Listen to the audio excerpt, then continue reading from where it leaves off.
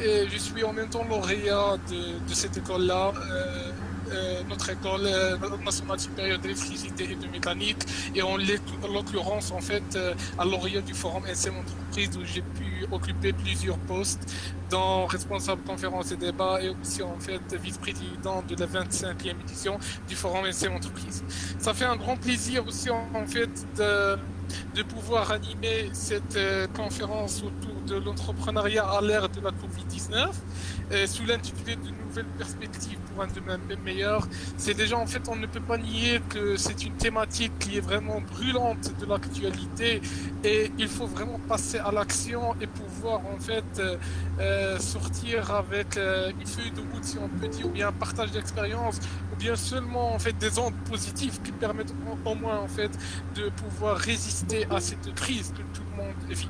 Et on va pas trouver en fait meilleur que le choix du comité qui ont très bien concocté et très bien choisi deux conférenciers qui ont eu en fait si on peut dire un palmarès et aussi un impact dans et leur cursus professionnel et leur impact en relation avec cette crise-là et qui vont bien sûr partager avec nous des insights, si on peut dire, et des points de vue assez pertinents par rapport à cette période inédite. Donc, au début, en fait, je souhaite présenter très brièvement nos deux conférenciers, dont M. Mohamed Amin Chatlib, qui est entrepreneur et CEO de Sanctuary 19, et Madame Setlia Benhida, désolé si j'ai pas prononcé très bien le nom, professeure au sein de l'FSJS et choc, consultante et coordinatrice de licence professionnelle en entrepreneuriat et management des très petites et moyennes entreprises. Donc je vous laisse en fait si Amin Chetlib et puis honneur aux femmes, bien sûr on commence avec Madame Setlia, une petite présentation si vous pouvez présenter très brièvement vos palmarès, votre cursus et donc comme ça nos étudiants et nos collègues vont avoir plus d'idées, d'insights par rapport à votre cursus. Madame Zetlia, à vous la main. Est-ce que vous pouvez mettre en on votre micro? Il est en muet. Est-ce que vous m'entendez? C'est bon? Très bien. Parfait. Donc, merci beaucoup, c'est Mohamed Montasset. Donc, je suis ravie de faire partie de ce webinaire aujourd'hui. Donc, je remercie ma collègue et amie, Madame Hisna Mherzi, pour m'avoir invité à parler avec vos étudiants de l'ENSEM.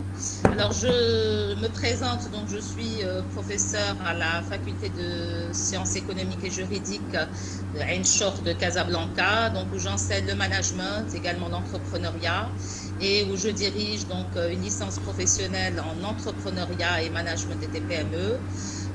Par ailleurs, donc, je suis également consultante et donc j'assure des formations depuis un petit peu plus que on va dire 25 ans. Voilà, c'est assez ancien. Voilà tout ça. Alors, par rapport donc à mon intervention aujourd'hui, je ne sais pas, vous êtes le modérateur, je peux continuer ou bien vous voulez donner la parole à l'autre conférencier pour se présenter peut-être?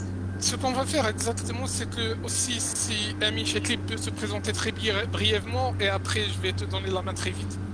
Parfait, merci. Merci à vous. C'est Amin.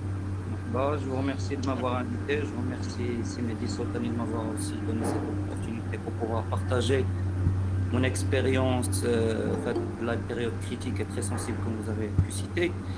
Donc brièvement, mon cursus, moi je suis ingénieur en système d'information de formation. J'ai travaillé pendant 3 ans au siège mondial de la Société Générale à Paris. J'étais chargé de data mining, d'exploration de fouilles de données pour l'élaboration d'actions marketing très ciblées pour des millions de consommateurs pour leur proposer des crédits à la consommation. Juste après, j'ai switché, je suis rentré au Maroc pour vieillir à côté de mes parents et les voir vieillir. Donc, j'ai totalement switché de domaine d'activité et je me suis lancé dans le tourisme. Et puis depuis, j'ai créé un groupe qui s'appelle Travel Consulting Group qui comporte trois sociétés. Travel Consulting Group, TCG Hospitality Collection et Marrakech Differently Tours qui vont tous dans le même domaine. Une agence de voyage, l'autre une entreprise de gestion de riad et de maisons d'hôtes à Marrakech, et la dernière, c'est une agence de transport touristique. Donc on prenait en charge le client de l'aéroport à l'aéroport. Et donc après qu'il y ait eu cette crise sanitaire mondiale, donc on était à l'arrêt total, et donc on a cherché à se diversifier et à faire autre chose. D'où l'idée de lancer cette campagne niche qui sont les masques. Voilà. D'accord. Merci beaucoup pour ce tour d'horizon un peu assez diversifié qui déjà en fait nous donne une vue très optimiste et cette grande volonté de savoir davantage sur ce parcours inédit. Et donc en fait, je reviens une autre fois, Madame Zetlia, pour se lancer directement dans le bain.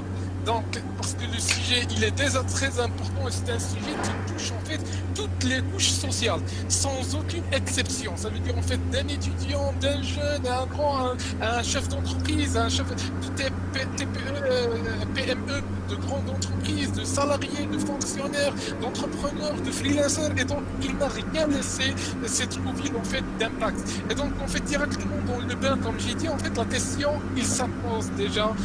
C'est l'entrepreneuriat à l'ère de la Covid-19, comment vous le voyez, une planche de salut, est-ce qu'il y a des perspectives assez rayonnantes, surtout en fait, dans le Maroc, ce pays qui nous importe le plus, parce que tout simplement nous sommes des citoyens de ce pays, et c'est là en fait où on vit en fait nos journées quotidiennes et nos présents, et pourquoi pas notre futur. Donc, Madame Zetlia, à vous la parole. Oui, merci, c'est Montasser. Alors, je vais apporter, Anaya, je pense, un point de vue d'académicienne et je laisserai donc plutôt la partie pratique et l'expérience vécue sur le terrain à Sidi Soltani. Alors, en tant qu'académicienne, je souhaiterais à travers donc ce webinaire apporter quand même des ondes positives à nos étudiants et donc leur montrer un petit peu le chemin de l'espoir et donc bien entendu la possibilité d'innover et de créer malgré donc ces perspectives un peu délicates de Covid. Donc déjà, je souhaite la bienvenue à tous les nouveaux étudiants de l'ENSEM, donc qui vont démarrer cette année, et une bonne continuation pour les anciens. Et je leur dis aujourd'hui, le Maroc compte sur vos potentialités pour insuffler donc un dynamisme nouveau par la créativité, l'innovation et donc l'esprit entrepreneurial. C'est vrai que l'année donc 2020 sera toujours marquée par cette crise du coronavirus pour laquelle on n'a pas eu de comparatif dans la mesure où il y a eu la fermeture des frontières, la fermeture des entreprises, des commerces, le confinement, et tout ça, ça a eu un impact négatif sur les entrepreneurs et notamment sur les entreprises. Il y a pas mal notamment de TPME, pour lesquels la situation va se traduire soit à court terme, soit à moyen terme, soit par une réduction d'activité, voire même une cessation. On a vu même des grandes entreprises donc, au niveau mondial donc, faire des réductions de personnel, donc être en crise financière. Par contre, pour aller vers, pour ne pas répéter un petit peu tout ce qui se sait, j'irai plutôt vers des choses plus positives, parce qu'on a constaté que pour d'autres entreprises, la situation a provoqué un revirement majeur de leurs activités d'affaires. Et donc, aujourd'hui, effectivement, on a constaté pendant cette période de Covid que les entreprises agiles sont allées vers la digitalisation et ont pu mettre en place un nouveau business model de leurs affaires pour continuer à vendre quand cela, bien entendu, était possible. La question que nous devrions nous poser aujourd'hui avec nos étudiants et nos futurs entrepreneurs, c'est quel impact aura cette crise sur les intentions d'entreprendre, donc les futurs entrepreneurs, sans passer par la case donc, de ceux qui ont déjà créé leur entreprise, mais quel sera l'impact? Et nous souhaiterions que l'impact soit positif Et c'est un petit peu le message que je souhaiterais véhiculer aujourd'hui, hein, pour ne pas sombrer dans l'inquiétude et donc dans le risque. Et est-ce qu'aujourd'hui, en particulier les jeunes, est-ce qu'ils seront plus enclins à prendre des risques et à opter pour l'aventure entrepreneuriale? Je vous le souhaite tous. Donc c'est vrai que l'entrepreneuriat, il est associé donc, dans un processus de prise de risque. Alors il se trouve que dans notre culture, l'aversion au risque est prédominante. Et on a peur du risque et on essaye d'éliminer le risque autant que faire se peut. Toutefois, on ne peut pas attendre, se dire qu'on va attendre la fin du Covid et reprendre la situation comme elle était précédemment. Donc, il faut impérativement aujourd'hui changer notre mindset et aller vers des situations qui sont peut-être avec plus d'incertitude. Et donc, il faudrait penser à apprivoiser le risque et à l'intégrer comme un élément qui est potentiel. Et ceci implique donc une composante innovation permanente et une agilité permanente dans le management d'une entreprise pour s'adapter rapidement au changement. Comme on l'a vu, cette situation était totalement inattendue et il a fallu bien entendu trouver des solutions très très rapidement. Et les entreprises qui ont été agiles ont pu s'en sortir plus ou moins. Nous menons des enquêtes au niveau de la faculté et en partenariat avec le Global Entrepreneurship Monitoring, donc le GEM, l'enquête GEM, qui est une enquête internationale. Et les résultats de 2019 nous ont porté que les porteurs de projets marocains, ce sont ceux qui ont le plus peur de l'échec. Et peut-être que, voilà, aujourd'hui, on le ressent au niveau du panorama marocain. Et donc, les entreprises qui sont innovantes, ce sont celles qui vont enregistrer forcément le plus fort taux de croissance. Il va falloir, développer la culture de la prise de risque et la capacité à se réinventer, à s'adapter au changement. Au-delà du risque, parce que on ne peut pas l'éliminer, il y a également ce qu'on appelle le concept d'incertitude. Et on l'a constaté avec cet événement Covid. Donc l'incertitude était là tous les jours. Et elle est encore là puisqu'on ne sait toujours pas de quoi sera fait demain. Et là, j'aimerais parler à nos étudiants de la théorie de l'effectuation qui a été introduite par une manager américo-indienne qui s'appelle Sarah Sarabasti et qui est largement appliquée dans les pays européens actuellement et qui souligne l'importance de l'incertitude, notamment dans la phase précoce du lancement d'un projet, ainsi que dans les secteurs qui sont très concurrentiels où le changement est presque permanent.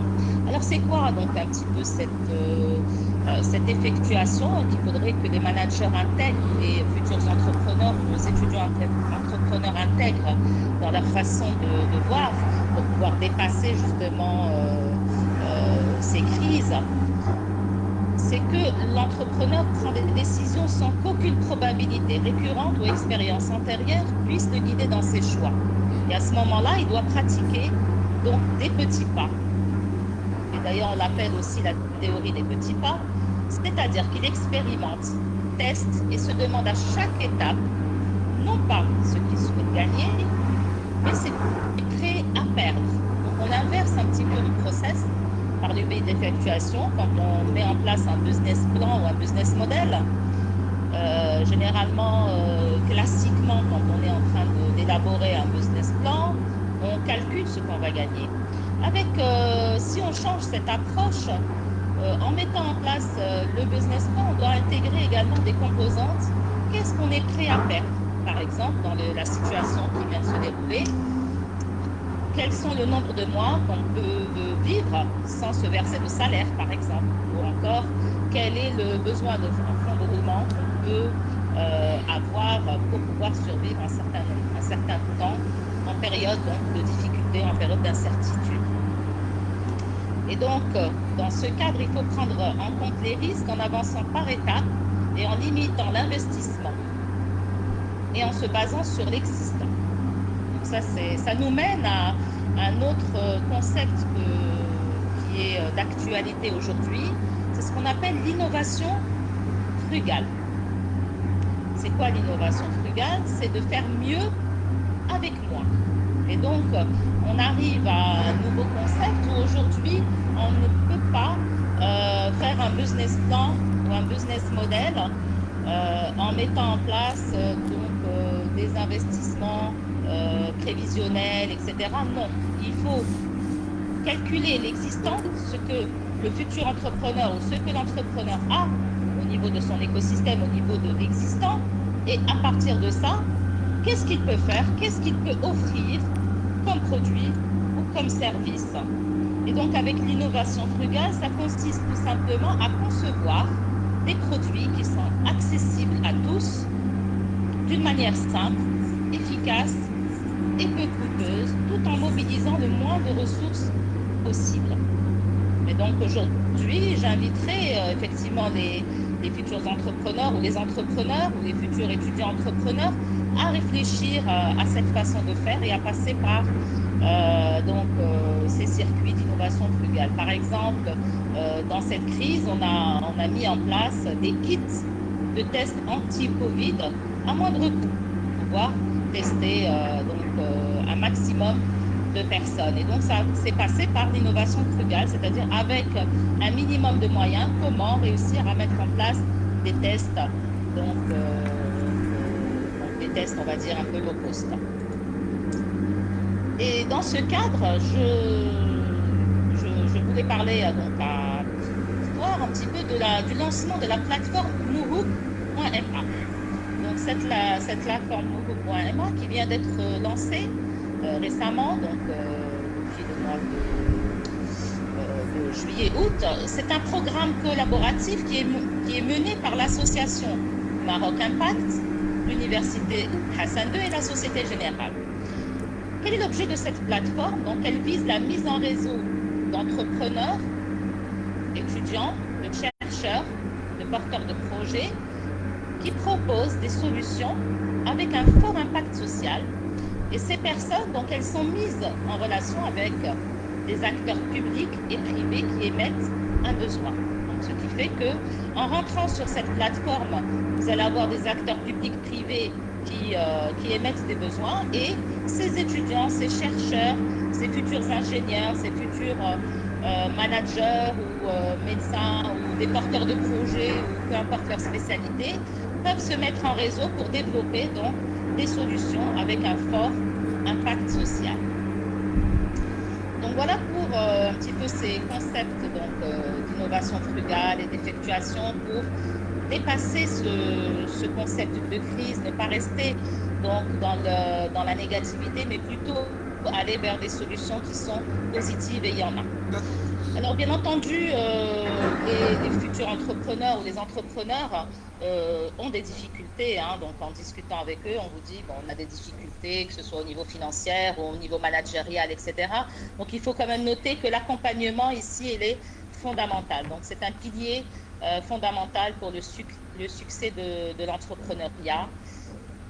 Et il est fondamental également de développer la culture entrepreneuriale à la fois pendant le cursus universitaire. Donc, je suppose qu'au niveau de l'ESSEM, vous avez des cours peut-être en entrepreneuriat ou des modules d'initiation, des Fab Labs, etc. Et également, bien sûr, au moment des lancements de projets ou de l'idéation. Alors justement, quelle est la nouvelle cartographie aujourd'hui d'opportunités, de possibilités qui est créée en ce sens au Maroc? Alors concernant les offres de financement, donc je ne vais pas faire un inventaire, je vais juste parler des deux offres de financement qui sont mises en place récemment. Donc vous avez d'abord le programme d'Aman Relance et Relance TPE qui sont mis en place par la CCG et donc qui ont démarré depuis le mois de juin, donc après le déconfinement, et qui ont pu justement permettre le financement à peu près, je pense, 10 000 entreprises, dont un tiers, il me semble, dans l'industrie, un tiers dans le commerce et les services. Et nous avons également donc le crédit Intlaqa qui a été lancé donc, juste avant le confinement en février, donc qui est resté un petit peu en veilleuse pendant toute cette période, mais qui est toujours disponible au niveau du réseau bancaire et qui peut permettre justement aujourd'hui donc, le financement de jeunes projets. Et je vais passer ce qui nous intéresse, nous, en tant que formateurs, au programme d'accompagnement. Le programme d'accompagnement, donc il y a pas mal de programmes d'accompagnement. Là encore, je ne vais pas faire l'inventaire. Donc vous avez les offres de Mokawalati, il y a l'association Enertus, Injaz Maghreb, le réseau Entreprendre Maroc, Min Hdiki, etc. Donc les personnes intéressées peuvent aller sur le site de Dar Mokawil et ils vont trouver un petit peu tout le panorama des programmes d'accompagnement. Alors, je vais plutôt parler des programmes d'accompagnement au sein de l'université, puisqu'ici, j'interviens en tant que professeur de l'université Hassan II. Donc, nous avons d'abord le programme Salem. Alors, ce programme Salem, qui fait partie de l'université Hassan II, qui a été mis en place en 2018, permet aux étudiants donc, de bénéficier de ce qu'on appelle le statut national d'étudiants entrepreneurs. Alors pour l'instant, il y a déjà eu 2 promotions qui ont bénéficié d'un accompagnement avec environ, je pense, un peu plus de 600 étudiants quand même. Et ces étudiants ont été accompagnés sur les 3 phases: l'idéation, le prototypage et la création de start-up.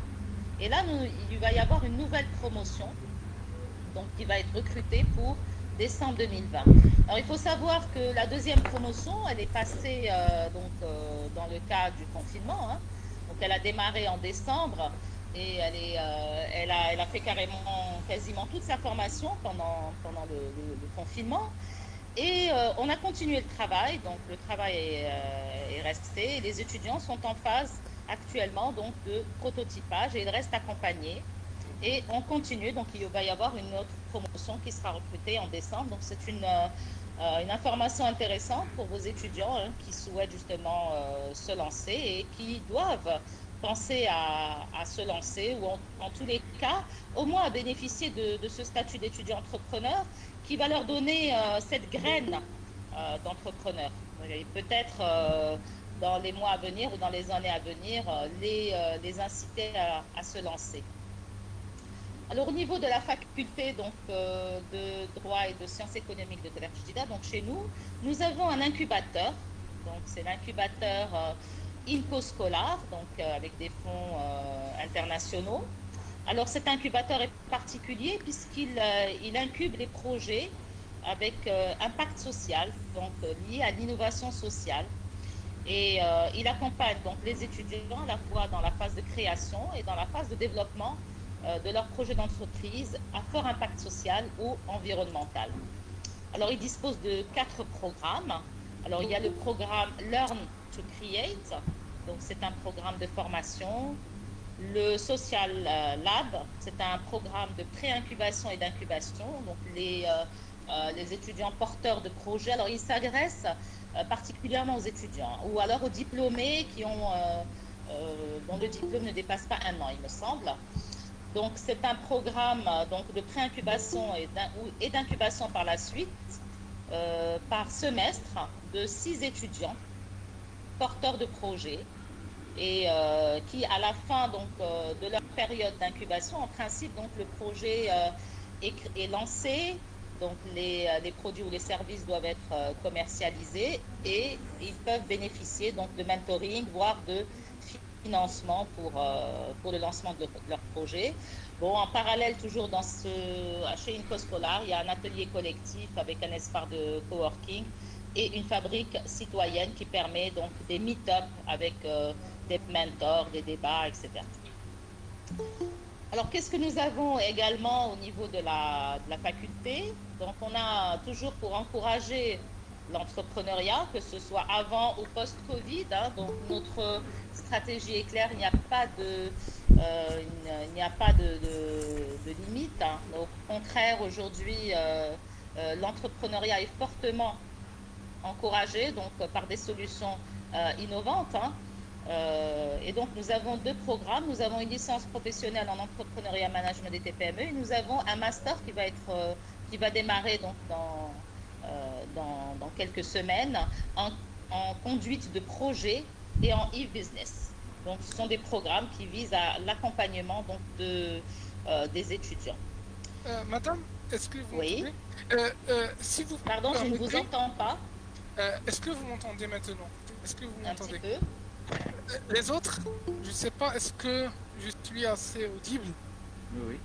Oui, c'est bien, d'accord. c'est bien. Oui. D'accord, merci pour votre retour. Donc, ce que je préfère, ce que je souhaite, si on peut laisser une deuxième partie, donc, où vous allez présenter d'une manière détaillée, en fait, des solutions, des perspectives, soit au sein de l'université, les FSGES, et ce que peut être aussi adapté, en fait, aux étudiants et même aux lauréats qui peuvent s'engager, en fait, dans l'entrepreneuriat à travers soit les initiatives au sein de la FSGES, ou bien l'université Hassan II, ou bien même à l'échelle nationale. Comme ça, on aura 2 parties assez essentielles qui soient la mise en espace et la mise en œuvre en situation de cette crise-là et les alternatives, les perspectives, soit avant Covid, au sein de la crise ou bien post-Covid. Est-ce que ça vous arrange comme ça? Comme ça, on peut positionner les étudiants. D'accord. Vous êtes au muet, mais je pense que c'est OK. Vous êtes au muet. C'est parfait. D'accord. Merci. Vous coupez le micro pour ne pas vous perturber. Ah, d'accord. Merci beaucoup parce qu'en fait, c'était très, très riche. Et j'invite surtout, ce qui sera très, très important, c'est que cette session soit assez interactive. Le but, c'est que les étudiants posent les questions. Vous pouvez les faire soit par chat, soit en fait, je préfère que ce soit par chat, comme ça, on peut regrouper des parties de questions, step by step, et comme ça, on peut les poser aux intervenants après leur intervention. Donc, n'hésitez pas d'utiliser la conversation chat, et après, si vous pouvez même prendre la parole à la fin de nos discussions. Donc, en fait, un peu pour résumer cette intervention très très riche de Madame Zaklia, surtout au début, en fait, au début de cette partie, aussi à la fin où il a fait un tour d'horizon de toutes les alternatives. Il a commencé en fait au début de mettre le point sur des termes très très importants où on aurait l'occasion de revenir avec Siami, surtout qu'on est en phase de revirement. Maintenant, les Américains, les anglophones, ils disent qu'on doit penser au new normal.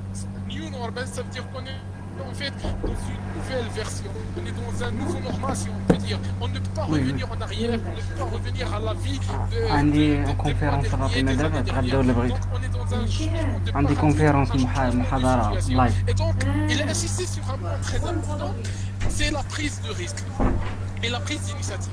Ça veut dire que le risque il doit être mitigé, et ça on va le voir aussi avec Siami, qui a changé tout à fait du secteur du tourisme pour s'adapter en fait à la crise, et il va nous donner plus en fait de clarification par rapport à ceci, parce que à la fois elle a pu regrouper entre la prise de risque et surtout l'agilité, et dont Madame Zaklia l'a cité très bien, il faut être très très agile, et pour pouvoir en fait tirer bénéfice de qu'on le trouve assez difficile dans les mondes francophones, surtout le Maroc et tout le monde francophone, on ne prend pas assez de risques. On est toujours en fait, dans la plupart de fois, dans notre zone de confort. Et donc ça c'était juste un petit tour d'horizon. Il a aussi cité les différentes initiatives, que ce soit le programme Salem, donc le programme Osimoru.ma, donc il y a assez de programmes. N'hésitez pas de visiter les sites et les pages en fait sur les réseaux sociaux de la FSGS et de l'université Hassan. Donc, Siami, je te cède aussi la parole pour en fait nous mettre dans le bain cette situation de crise, comment vous l'avez vécu, quelles sont les différentes en fait opportunités que vous avez saisies, et surtout comment vous avez réussi à rebondir, que ce soit en ressources humaines, ressources techniques et ressources financières par rapport à cette crise. D'accord, donc je vais d'abord parler d'un point très important qui est l'entrepreneuriat, le sujet de cette discussion. L'entrepreneuriat, vous avez évoqué le concept de risque, vous avez évoqué aussi plusieurs concepts, plusieurs thèmes, dont je voudrais expliquer quelques-uns maintenant. Alors, il n'y a pas d'entrepreneuriat sans risque. L'entrepreneuriat, c'est se lancer tout seul. Pour se lancer tout seul, il faut soit avoir un savoir-faire, un produit ou un service qui est différent.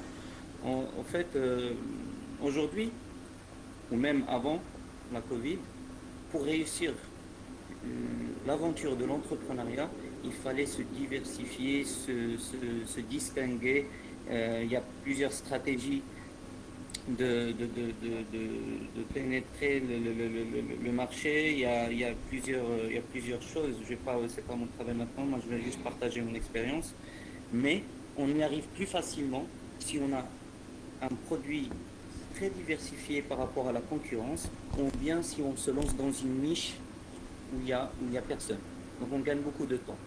Donc notre cycle de vie, il est compté. On vit dans l'histoire de l'entrepreneuriat à peu près entre 30 à 40 jusqu'à 50 ans. Donc cette durée-là, il faudra la fructifier et en sortir le meilleur il faut sortir de la richesse rapidement pour pouvoir faire grandir son entreprise et puis se faire connaître et construire une autorité qui nous aide aussi à construire le reste par la suite. Donc, juste pour vous dire, si vous voulez attaquer l'entrepreneuriat, il faut mettre le risque et la peur de côté. Il faut avoir un savoir-faire et maîtriser quelque chose grâce à nos professeurs dans la vie, c'est-à-dire nos professeurs dans les universités et nos professeurs dans les entreprises dans lesquelles on commence. Parce qu'on ne va pas se lancer dans l'entrepreneuriat juste après l'université. Oui, c'est possible. Si vous avez un capital conséquent et si vous voulez. Mais la meilleure chose à faire, c'est de travailler déjà dans quelque chose qui nous passionne, de trouver un professeur dans l'entreprise, savoir pourquoi il vous demande de faire ça, ne pas exécuter bêtement. Parce que quand on exécute bêtement, ça veut dire on exécute des tâches comme un ordinateur ou comme quelque chose de répétitif. Par contre, moi ce que je faisais, c'est quand mon supérieur me demandait de faire quelque chose, je l'annotais toujours et je me demandais pourquoi il me disait de faire ça, c'est quoi l'étape, pourquoi il m'a dit de faire ça, qu'est-ce qui se cache derrière. Et donc grâce à cette personne, j'ai pu acquérir beaucoup de notions, beaucoup de choses, beaucoup de savoir-faire, beaucoup d'agilité, beaucoup de choses qui m'ont permis d'ouvrir ma société et de se lancer avec moins de peur. Donc déjà ça c'est pour parler du switch que j'ai fait dans cette période de Covid. En fait, nous on n'a pas choisi de faire autre chose parce que vous avez changé. Non, on nous a obligés. J'étais obligé parce que nous sommes à l'arrêt total. L'activité est arrêtée totalement. Moi, je travaillais qu'avec des touristes et depuis le 17 mars, on a fermé les frontières. Du coup, je suis à l'arrêt total. Et mon entreprise, mes 3 entreprises qui comptent 240 salariés sont aussi à l'arrêt total. Donc, il fallait faire quelque chose pour eux, pour moi, parce qu'un mois après l'arrêt d'activité, à rester comme ça à la maison sans rien faire, je ne pouvais pas. Du coup, j'ai commencé à réfléchir à un produit niche d'actualité. Du coup, je me suis lancé dans la société des masques. J'ai créé une nouvelle société. Et puis, je me suis lancé dans le textile parce qu'on fait des masques en textile réutilisables jusqu'à 7 ans fort. Donc, les premiers jours étaient très, très durs. Et ça m'a fait rappeler mes premiers jours d'entrepreneur d'autrefois, il y a 5 ans. Donc, mais surtout dans un domaine qui m'était très, très, très, très, très étranger. Je ne connaissais rien dans le textile. Donc, c'est comme si on vous a donné un hélicoptère et on vous a dit de le piloter. Donc, c'était ça. Donc, j'étais obligé de chercher, de fouiller sur Internet, d'aller chercher des professionnels, d'acquérir, de prendre des conseils et de m'investir vraiment. Je me levais à 6 heures du matin, c'était le ramadan pendant le confinement, et je partais aux usines de textile pour voir comment ça se passe, rencontrer leurs propriétaires et leur expliquer mon projet et essayer de prendre le maximum d'informations pour pouvoir construire cette nouvelle étape dans ma vie. Donc ça s'est fait. Ce qui m'a fait le plus plaisir en fait, c'est de prendre ces personnes-là qui travaillaient dans le tourisme et de les mettre dans quelque chose de nouveau aussi pour eux et qui les a aidés à subvenir aux besoins de leur famille, etc. Et grâce à Dieu, grâce à l'acharnement, grâce à la recherche et à la volonté du bon entrepreneur qui vous êtes, Inch'Allah, la réussite, Inch'Allah, est très facile. Il suffit d'y croire et de se distinguer par rapport à la concurrence et de trouver un produit ou un service niche qui vous fera gagner du temps rapidement. Et surtout s'entourer d'une bonne équipe qui vous aide à réaliser vos objectifs rapidement et sans les moindres problèmes. En fait, il y a toujours des problèmes, mais qui vous aident à les résoudre et à aller de l'avant rapidement. Voilà. Merci beaucoup en fait pour ce partage parce que très important. Surtout en fait, si je peux le résumer en 3 mots avant la deuxième phase, c'est surtout le point d'intersection avec la première intervention de Madame Zetlia, c'est ce qu'on appelle en fait l'agilité et la prise de risque. Et tu l'as résumé, si je peux dire en 2 mots, on ne peut pas être entrepreneur si on ne prend pas le risque. Et d'ailleurs, c'est ça la cause que la plupart des gens sont des salariés et seuls en fait une très petite niche ils sont entrepreneurs. Parce que c'est pas facile d'intégrer un nouveau marché, c'est pas facile en fait d'avoir un business model qui peut être pertinent, c'est pas facile de vendre un produit et s'intégrer aussi face à la concurrence, c'est pas facile comme vous avez fait et vous avez été obligé et surtout de rebondir la deuxième, la troisième fois. Et surtout un point important, je ne sais pas est-ce que c'est Madame Zetlia ou bien vous-même vous l'avez cité, c'est surtout que dans la culture francophone, dans les sociétés francophones, on a peur de l'échec. On a peur de l'échec. J'ai voulu parler de quelque chose tout à l'heure que Madame Zetlia a soulevé tout à l'heure lors de ses explications. C'est le fait que pour chaque projet, ce qu'on faisait, c'est on testait sur une petite partie avec un petit budget. Et quand ça marche, c'est à ce moment-là qu'on monte en puissance. Et ça aide beaucoup. Parce que nous aussi, et Madame Zakia aussi, elle a parlé des produits bancaires, Intelaka, Relance, etc. Donc, nous avons pu profiter d'un de ces crédits-là. Et c'est grâce aux tests qu'on a fait au début pour monter en puissance qui nous ont accompagnés, qui nous ont aidés à grandir notre boîte et pour qu'on puisse donner suite aux commandes de nos clients et puis grandir en conséquence. Voilà. Exact. Donc exactement, c'est très très important parce que en fait, ça va de soi que les gens en fait lorsqu'ils veulent commencer un projet, ils cherchent des investissements, ils cherchent en fait des fonds.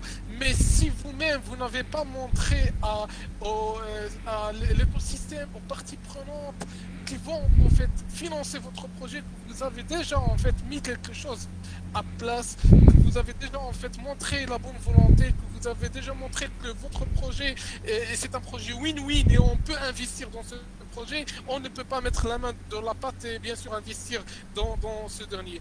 La troisième chose qui était très important, c'est qu'il faut avoir, comme vous avez cité, un produit diversifié. Et ça c'est très important parce qu'on ne met pas en fait tous les œufs dans un seul bol, si on peut dire en fait, mais il faut être assez diversifié pour à la fois limiter le choc et la deuxième fois en fait toucher des marchés qui peuvent être assez différents pour pouvoir limiter la casse, si on peut dire. Donc il y a quelques questions. Je propose en fait, comme les organisateurs le souhaitent très bien, laisser une petite phase en fait de questions-réponses. Donc je suis en train de collecter toutes les questions dans la partie chat. Et donc on va laisser en fait à partir après notre deuxième phase de notre conférence assez importante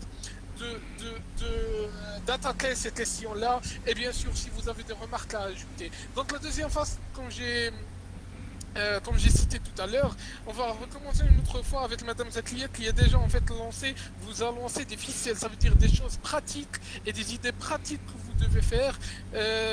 Il y a maintenant la route, il y a la feuille de route. Donc ma deuxième question maintenant, voilà, on a fait en fait une mise en situation. Tout le monde sait que vraiment on est en train de traverser une phase critique, mais si vous pouvez citer en 5 minutes à 10 minutes qu'est-ce qu'on peut faire d'une manière assez pratique, assez pragmatique. Des quick wins si vous souhaitez.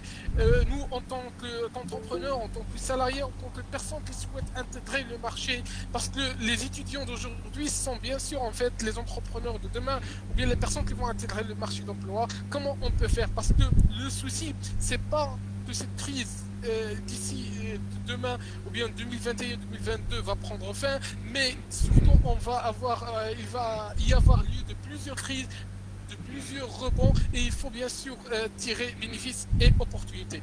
Madame Zetlier, je vous redonne la parole sur ces points-là. Votre micro. Voilà, merci. Donc, merci Simon Tasset. Donc, je reprends la parole. Donc, déjà, je suis ravie d'avoir écouté l'expérience de Si Mohamed Amin. Et franchement, voilà, nous avons devant nous un entrepreneur qui a l'entrepreneuriat dans l'âme, puisque en pleine crise, il est allé chercher un projet de niche. Et il a surtout continué à faire travailler, je suppose, une bonne partie de ses salariés qui étaient à l'arrêt. Et donc là, un petit peu, je pense que nos étudiants devraient intégrer ce modèle, devraient modéliser par rapport à ça, puisque bon, être entrepreneur, c'est pas seulement créer une entreprise, mais c'est également donc la faire perdurer et lui trouver des solutions à un moment donné où soit que le marché est saturé ou soit qu'elle est obligée de s'arrêter, comme c'est le cas des entreprises dans le tourisme depuis quelques mois. Alors, concernant votre question, quelle est la stratégie à mettre en place pour nos étudiants? Nos étudiants devraient aujourd'hui être réellement dans la pratique. Vous avez des étudiants qui sont ingénieurs en électricité mécanique.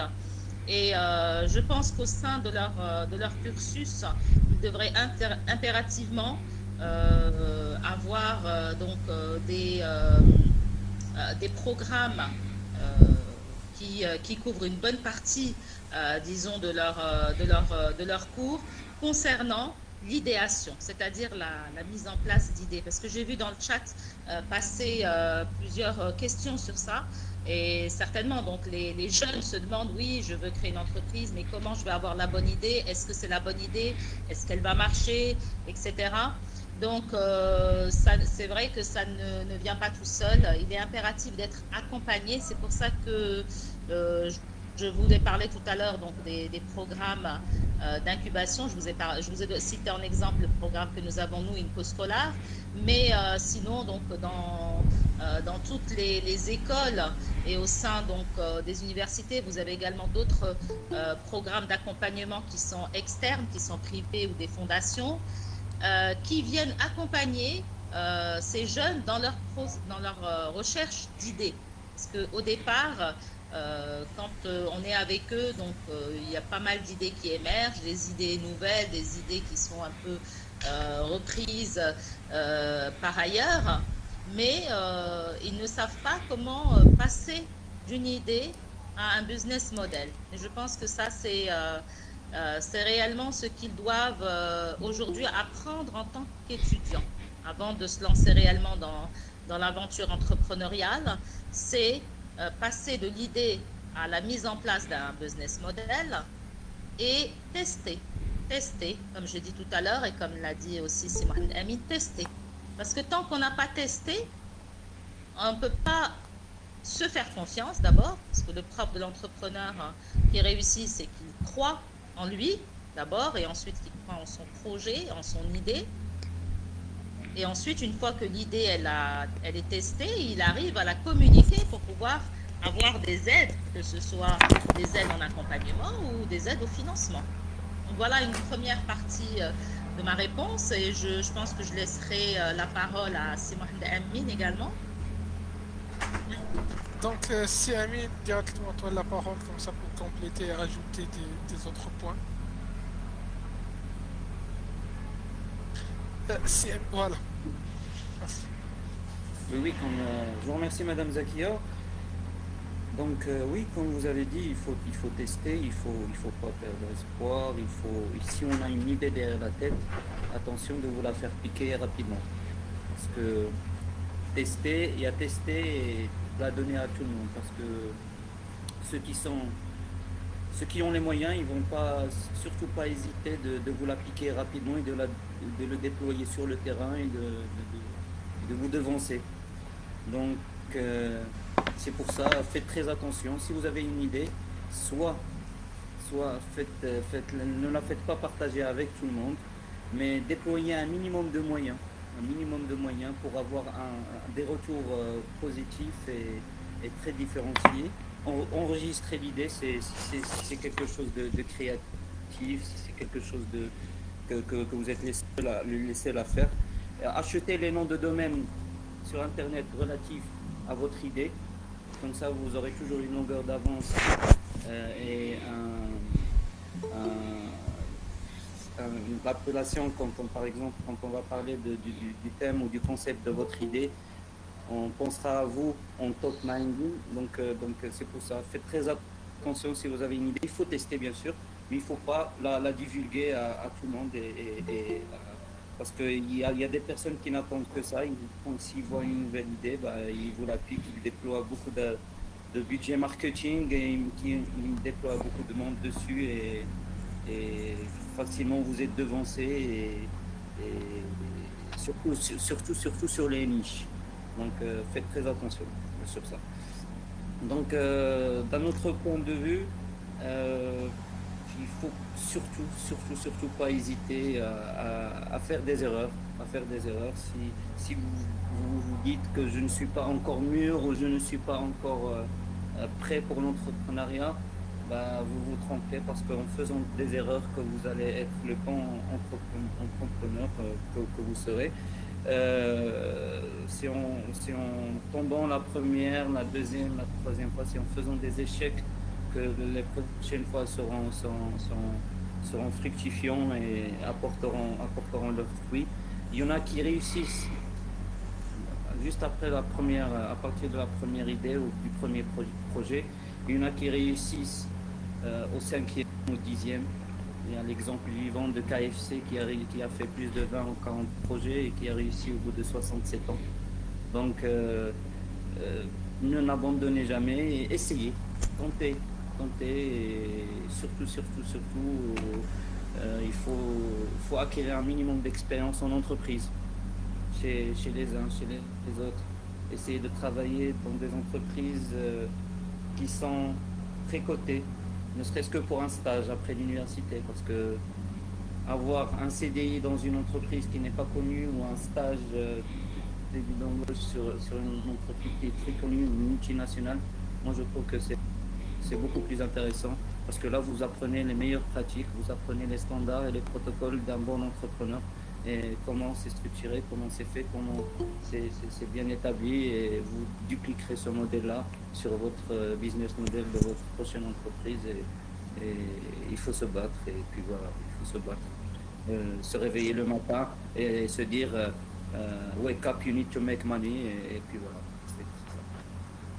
D'accord, merci beaucoup parce que ces messages-là, ils ont été vraiment très pertinents, ils ont été très directs. Surtout si je peux récapituler vos deux interventions, c'est que la première des choses, comme on l'a cité en fait, c'est que oui, si on veut avoir une bonne idée, il faut être au début accompagné.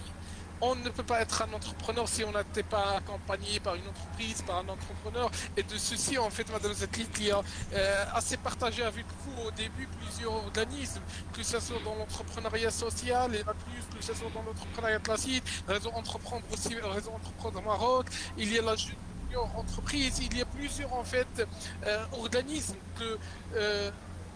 dès lors que vous êtes étudiant, d'abord vous avez ce goût entrepreneurial.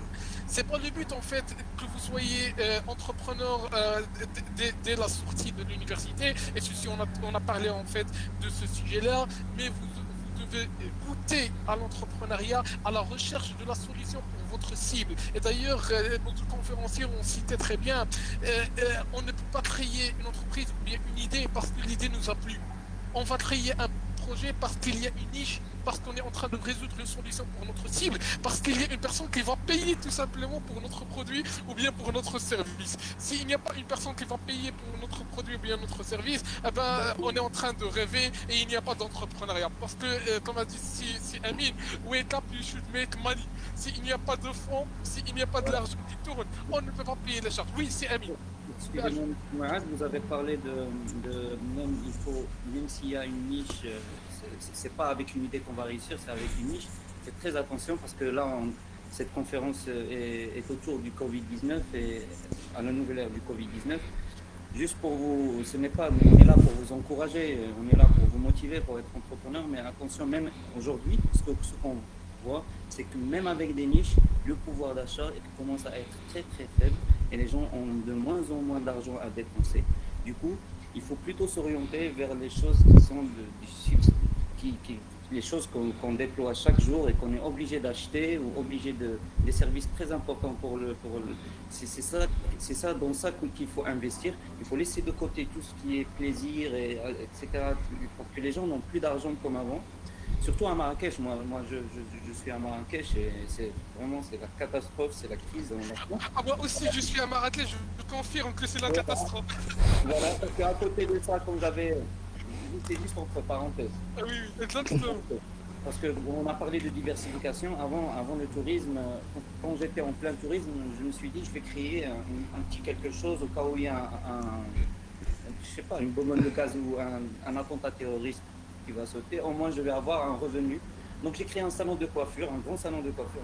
Et donc aujourd'hui, qui marchait très bien d'ailleurs. Et aujourd'hui, même le salon de coiffure, tu vois, il n'y a pas de revenus.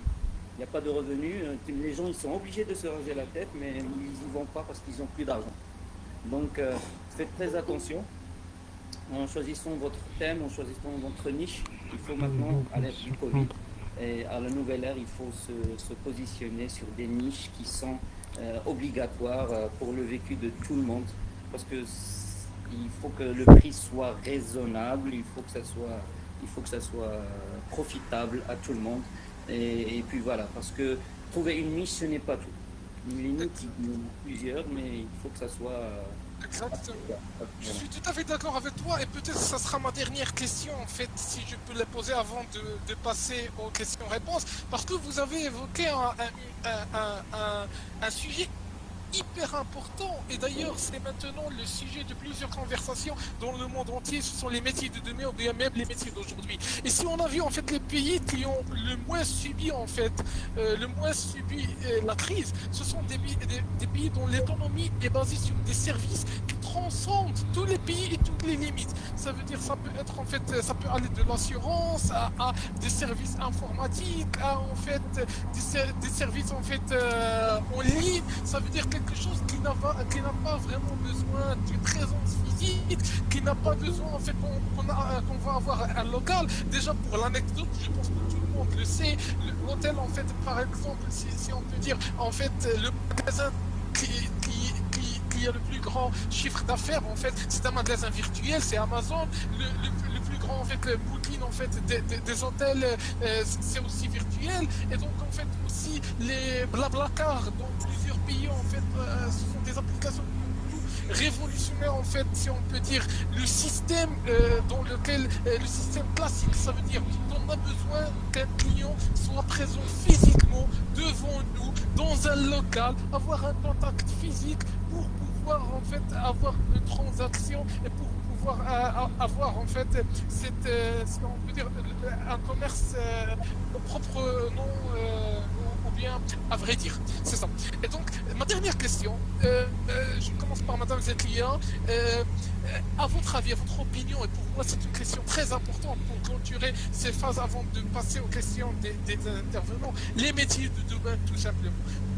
Que ce soit ici au Maroc, que ce soit à l'extérieur, parce que c'est une question qui est vraiment, qui bouleverse tout le monde. Est-ce que toujours, par exemple, pour nos élèves ingénieurs, nos collègues de demain, rester accrochés à un génie électrique, mécanique, industriel, informatique, assez classique, mais ne peut pas s'ouvrir sur les métiers de demain, l'intelligence artificielle, le big data, le paiement en ligne, tout ça. Est-ce qu'on doit vraiment sortir de ce cercle vicieux, est-ce qu'on doit se réadapter pour les métiers de demain? Oui, c'est moi. Donc, effectivement, je l'ai dit au début de mon intervention tout à l'heure, on va vers la digitalisation. On est obligé, et la crise du Covid et le confinement a montré justement que les entreprises qui ont pu continuer, voire même doubler, tripler leur chiffre d'affaires, c'est des entreprises qui travaillaient en ligne. Hein. Et d'autres entreprises qui ne le faisaient pas auparavant, vu qu'elles étaient obligées de fermer, eh bien, elles ont continué à travailler en ligne, soit en ligne, bon, il y a le télétravail certes, mais en ligne pour contacter donc les clients, leur faire des ventes, etc. Donc la digitalisation aujourd'hui, ce sont les métiers qui sont liés au digital, hein, qui sont les métiers actuels et futurs. Ils étaient déjà avant la crise du Covid. Hein. La crise du Covid n'a fait que accélérer le process. Et d'ailleurs, pour les étudiants, donc je leur avais apporté un exemple de start-up là, qui a remporté un prix. C'est une start-up marocaine, ça s'appelle Cloud Fret. Donc, elle a été fondée par Driss Jaba, donc qui est un jeune entrepreneur. Et ça, c'est une plateforme qui est très intéressante. C'est une plateforme qui met en relation donc, des expéditeurs et des transporteurs donc, marocains, et qui permet non seulement de réduire le carburant, d'écourter les trajets, d'éviter les retours à vide et forcément donc d'aller aussi vers le développement durable. Et donc cette plateforme aujourd'hui, elle a de plus en plus de clients, bien que c'est un secteur, le secteur de la logistique n'était pas vraiment enclin à utiliser ce genre d'application, et pourtant aujourd'hui donc c'est une application qui fonctionne. Donc c'est une jeune start-up, hein, c'est une jeune pousse et qui fonctionne, donc qui est en train d'être lancée, qui est dans la digitalisation de la logistique. D'accord. Donc voilà un exemple pour nos futurs étudiants entrepreneurs. Alors, puisqu'ils sont dans une école d'ingénieurs en électricité, j'ai peut-être un autre exemple pour eux. Donc, c'est l'entreprise EasyGain. Alors, EasyGain, donc ça s'écrit EZYGAIN. Donc, pour ceux qui veulent chercher cette entreprise sur le net, et dont la fondatrice c'est Zineb Agoumi. Alors, qu'est-ce qu'a fait cette jeune aussi? Elle a remporté un prix donc avec le réseau Maroc Entreprendre, et donc elle a lancé. Alors, c'est toujours avec la digitalisation, mais d'une façon différente. Donc, elle est dans la rééducation des personnes donc, qui ont post-accident ou qui ont des traumatismes après des maladies ou autres, et qui a créé donc un tapis roulant qui est connecté avec des dispositifs de réalité virtuelle et qui permet justement aux personnes donc, qui sont en chaise roulante ou qui ont des difficultés à reprendre la marche à être connectées avec ce tapis et à reprendre progressivement, à avoir bénéficié d'une rééducation donc d'une autre façon. Une rééducation qui est connectée avec de la réalité virtuelle et qui peut être qui est différente au niveau psychologique, on va dire. Voilà pour un autre exemple. Donc, je laisserai Amine pour nous donner peut-être d'autres éléments de réponse. Comme ça, on est en interactif peut-être. Exactement. Merci beaucoup, Madame Zeklier, pour ces exemples, parce que c'est très important en fait, parce qu'il y a... Tiens, s'il vous plaît, participons sous le nom de Agatronic. Si tu peux mettre en muet, voilà, parce qu'on entendait un bruit. Donc, s'il vous plaît, n'hésitez pas tous et toutes de mettre vos micros en muet, sauf les personnes qui prennent la parole, bien sûr. Parce que c'est très important ce que Madame Zeklier vient de faire. Il y a, je me rappelle très bien, un des experts, en fait, dans l'entrepreneuriat et l'entrepreneuriat social, surtout ici au Maroc.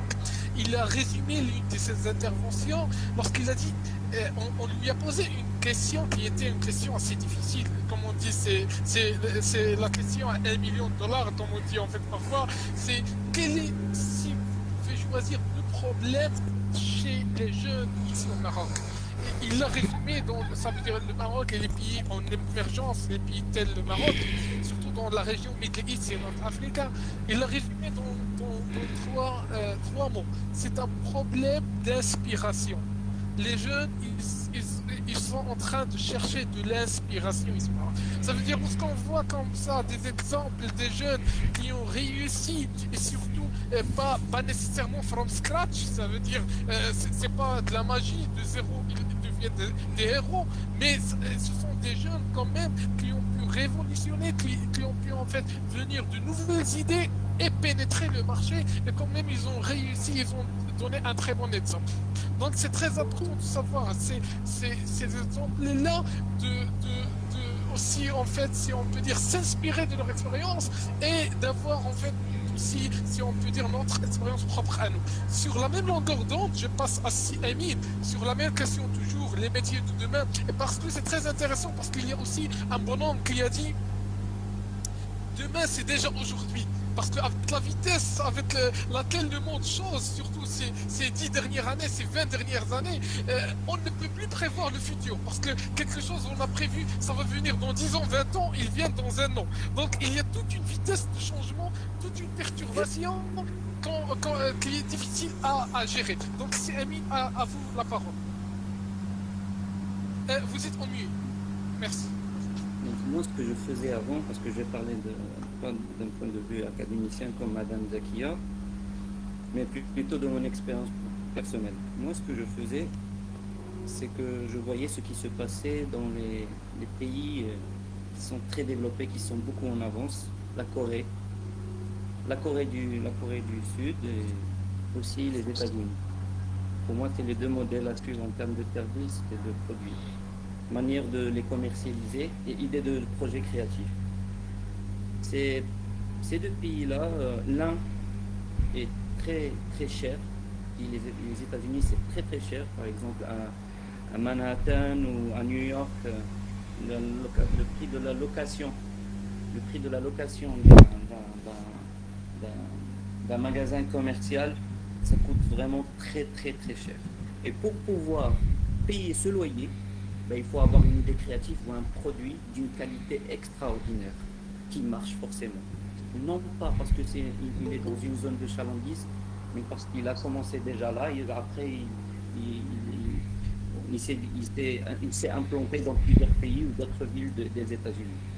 Donc je benchmark. Ce que je fais, c'est que je vais sur des points US ou points Corée du Nord, et je cherche sur ces Google-là les produits, les fichiers, les produits les mieux cotés, les services les mieux cotés, les entreprises les mieux cotées en termes de qualité, parce que qui dit quelque chose qui marche, ça veut dire qu'il y a de la qualité, qu'il y a du marketing derrière. Donc c'est ce que je fais. Aujourd'hui, à l'ère du Covid, comme vous avez dit, M. Montasser, la digitalisation est un point à ne pas négliger du tout. Donc tous les modèles, tous les business models vont passer par la digitalisation forcément un jour ou l'autre. Une entreprise ne peut pas continuer s'il veut vendre ou il veut présenter ses services, elle ne peut pas continuer avec l'ancien modèle, parce que personne n'est à l'abri d'un deuxième confinement, d'un troisième, d'un quatrième, d'un autre virus qui sort de nulle part. Donc on doit être préparé et avoir tous les outils en main pour continuer à être productif, même avec un énième confinement.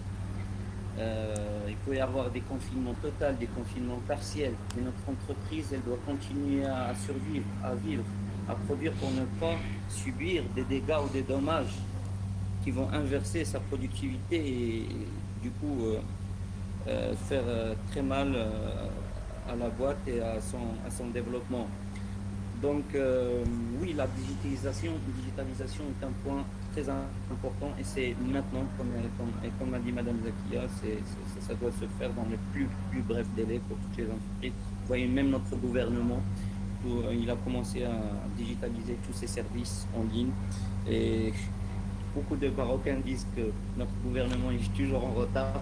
Donc vous voyez, même eux, ils ont passé le cap, donc il faut pour toutes les entreprises qui n'ont pas encore fait, il faut se rattraper parce que le gouvernement marocain l'a fait. Donc à côté de ça, pour les autres idées, la digitalisation, la vente par correspondance, c'est la même chose. Ça se passe sur Internet, ça se passe par correspondance en ligne. Donc toutes ces choses-là, il faut les maîtriser d'abord, maîtriser l'outil informatique pour limiter les dépenses qui normalement devraient servir à autre chose pour le marketing plus tard. Et dans ce sens, il y a beaucoup de leçons gratuites sur Internet. Au lieu de passer et perdre beaucoup de temps à faire autre chose, il vaudrait mieux s'intéresser à ça et aller chercher l'information gratuite qui est là, disponible à tous, pour pouvoir soit proposer ses services en ligne ou bien chercher des idées, comme j'ai dit, benchmarker, ça se fait en ligne aussi. Donc il faut aller dans cet esprit-là si vous voulez vraiment avoir de l'avance par rapport aux autres concurrents et aux autres boîtes qui sont là, parce que de toutes les façons, la niche que vous êtes en train de cibler, il faut l'imaginer comme un camembert, et celui qui prend la plus grande part ne laissera rien pour les autres, parce que le pouvoir d'achat est très limité au Maroc, et je le redis. C'est très intéressant, c'est bien sûr la vérité. Oui, dans c'est notre contexte, il ne faut pas se limiter que sur le Maroc. Aujourd'hui, vous savez très bien que c'est la globalisation, c'est la mondialisation, donc il faut essayer de viser aussi l'international. L'export, l'import des idées, des services, des produits, c'est facile à faire. Il faut juste se rapprocher de quelqu'un qui est dans le domaine, ou aller chercher sur Internet. Et franchement, c'est ce que je fais moi. À chaque fois que je veux chercher quelque chose, je vais sur Internet, je vais voir des transitaires et j'exporte mes idées, j'exporte mes produits à l'international, pas qu'au Maroc. Pour aller chercher des touristes, on les cherche aussi à l'international. On est présent sur des salons, etc. Donc ce n'est pas que le Maroc. Quand vous pensez, il faut penser large et se dire que le monde est à nous, et que l'accessibilité est meilleure aujourd'hui pour atteindre d'autres pays.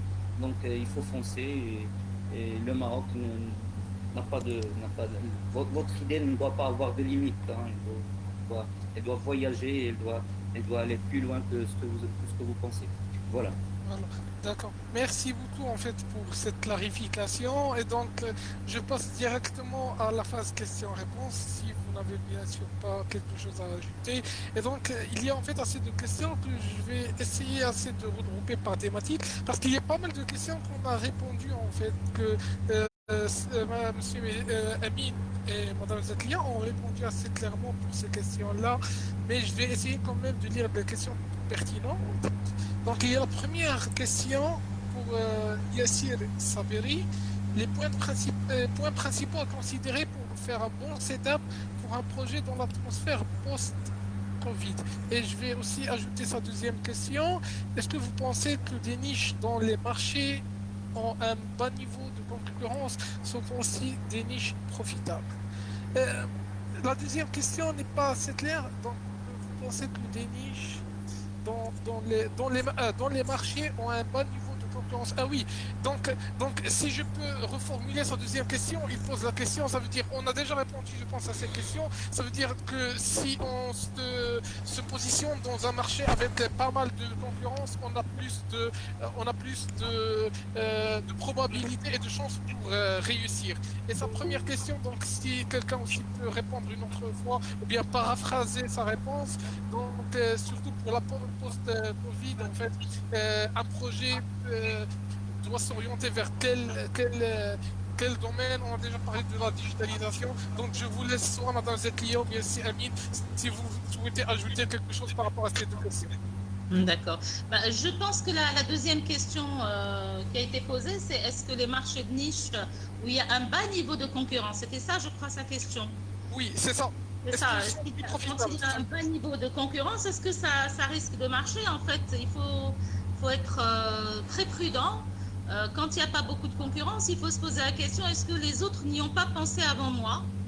Ou est-ce qu'effectivement, on est les premiers à y avoir pensé? Donc, parce que le risque ici, c'est que s'il n'y a pas beaucoup de concurrents, peut-être qu'il n'y a tout simplement pas réellement un besoin. Et on a dit tout à l'heure, Quand on se réveille le matin, il faut penser argent. Il faut se dire, est-ce que ça va me rapporter de l'argent ou est-ce que je le fais dans un cadre associatif, on va dire. Donc, bon, c'est pas, ça peut être une entreprise associative, mais ici, si on parle d'entreprise qui doit quand même payer ses salariés à la fin du mois et son propre patron, donc il faut être très prudent. Donc, quand vous êtes sur une niche où il n'y a pas beaucoup de concurrence, soit que vous êtes les premiers, à ce moment-là, il faut développer l'idée.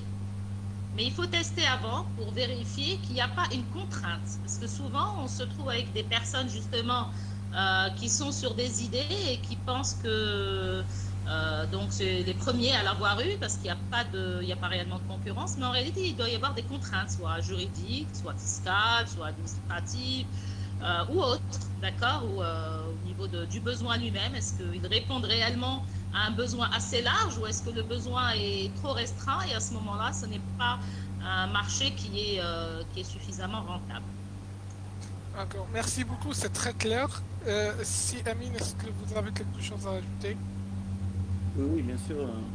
En fait, pour moi, une niche, c'est un marché où il n'y a pas de concurrence, où il y a juste quelques concurrents avec des points de faiblesse qu'on peut améliorer. Donc, ce que je fais, moi, je vais toujours parler de mon expérience parce que je n'ai aucune notion académique dans l'entrepreneuriat. Donc, ce que je fais, moi, c'est que quand je vois que des projets, quand je vois des nouveaux projets, j'essaie aussi de développer une idée. Je me dis, pourquoi ne pas se lancer dans ça? J'ai beaucoup d'idées dont je ne suis pas lancé pour une raison ou une autre. Mais ce que je fais normalement, c'est que je prends les meilleures pratiques de ces concurrents. Je prends les meilleures pratiques de celui-là, de l'autre, etc. Et je les assemble. Et j'essaie de chercher leurs points de faiblesse et j'essaie d'améliorer. C'est-à-dire que je peux peut-être comme Madame Zakia a dit, que quelqu'un a déjà testé ça, mais moi je vais le tester à ma façon, et parce que je connais le point de faiblesse de ces concurrents et pourquoi ça n'a pas abouti.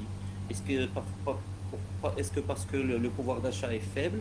Est-ce que parce qu'il n'y a pas de marché, il n'y a pas de clients pour cette niche-là?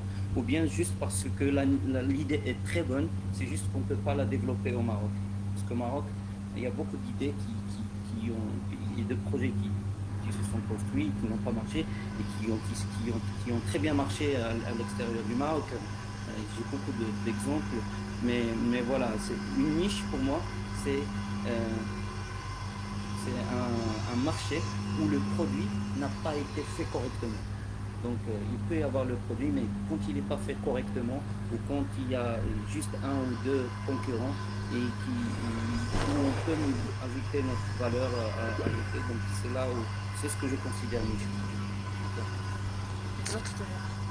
Donc c'est très pertinent. Je passe à deux questions en fait qui on a déjà répondu en partie. Je vais quand même les paraphraser. Si Ahmed Naqash en fait qui dit comment trouver une très bonne idée. Donc on a discuté à propos de ce point lorsqu'on a dit qu'il faut être accompagné. C'est Madame Zetli en fait qui a cité ce point-là et surtout il tire le voile sur est-ce que vous avez des exemples sur des idées assez originales dans le domaine d'ingénierie? Des exemples assez pertinents et dans la même longueur d'onde, si je peux dire, il y a aussi Youssef Idrissi qui parle en fait. Est-ce que vous pouvez lui proposer et aussi à l'audience des outils assez pertinents pour la construction d'un business model et d'un business plan?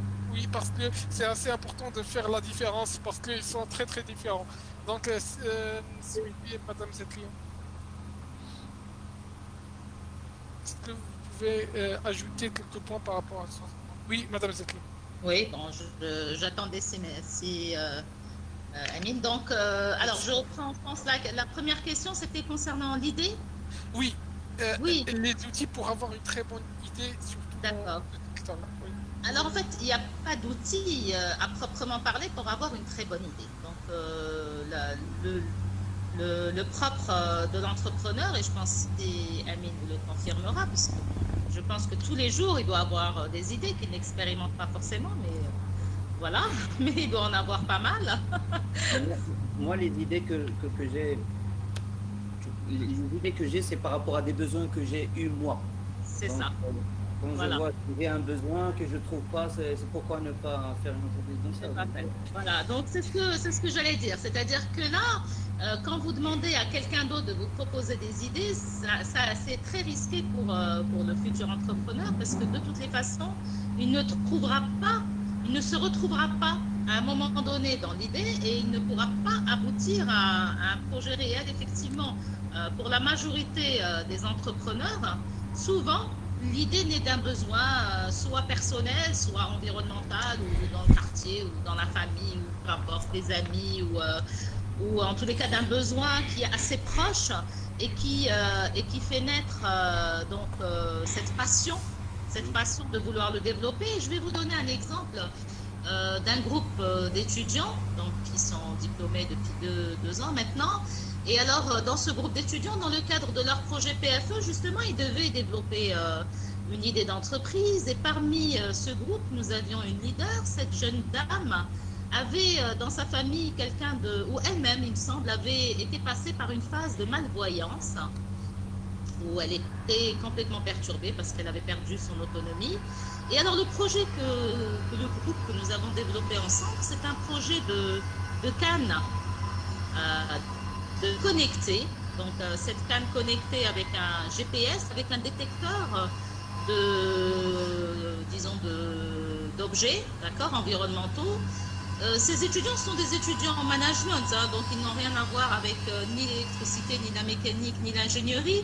Et pourtant, donc, vu cette passion et vu ce besoin qui était né, ils sont allés chercher des partenaires et aujourd'hui, donc, le projet est incubé et il va être commercialisé, notamment au niveau des associations et autres. Hein. Vous pouvez retrouver c'est le projet ICANN que vous pouvez retrouver sur le site de IncoScholar.